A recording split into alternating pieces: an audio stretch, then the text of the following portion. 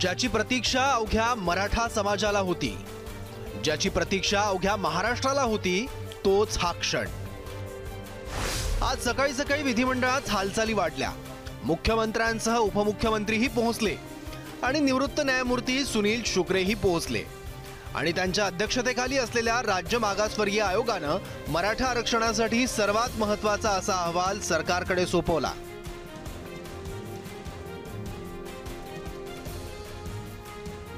त्याच अहवालात काय आहे ते पाहूयात।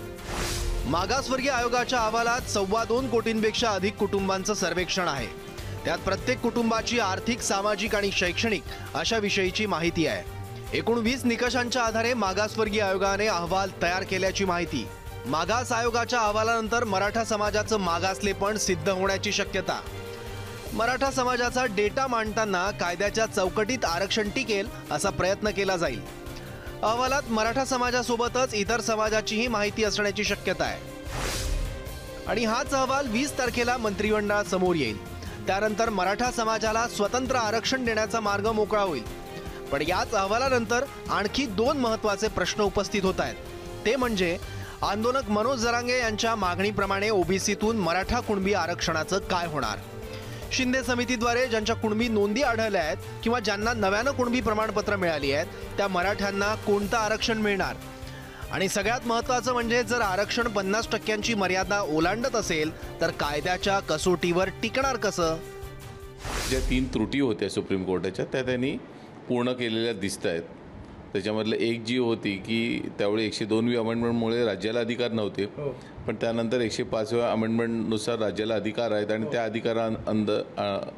अंडर ह्यांनी यावेळी हे सर्वेक्षण केलेलं आहे। दुसरं, आताचा जो सर्वे होता तो सॅम्पल सर्वे नव्हता, तर तो एक्सटेन्सिव्ह सर्वे होता।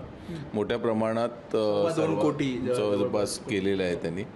त्यामुळे ती जी एक कमी होती ती एक भरण्यात आलेली।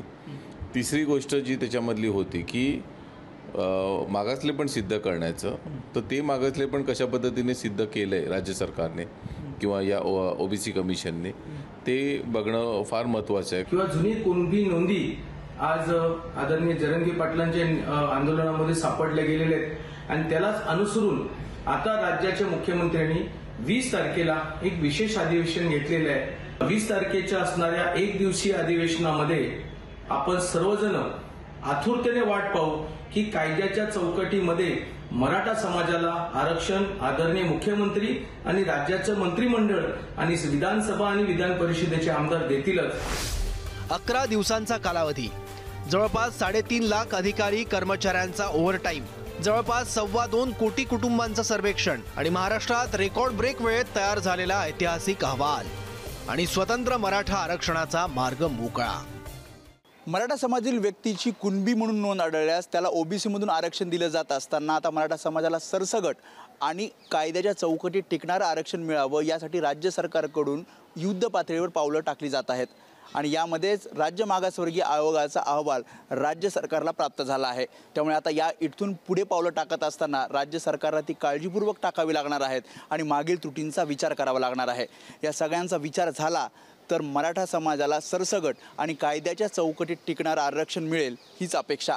कॅमेरामॅन प्रशांत मानेसह वेदांतने, एबीपी माझा, मुंबई।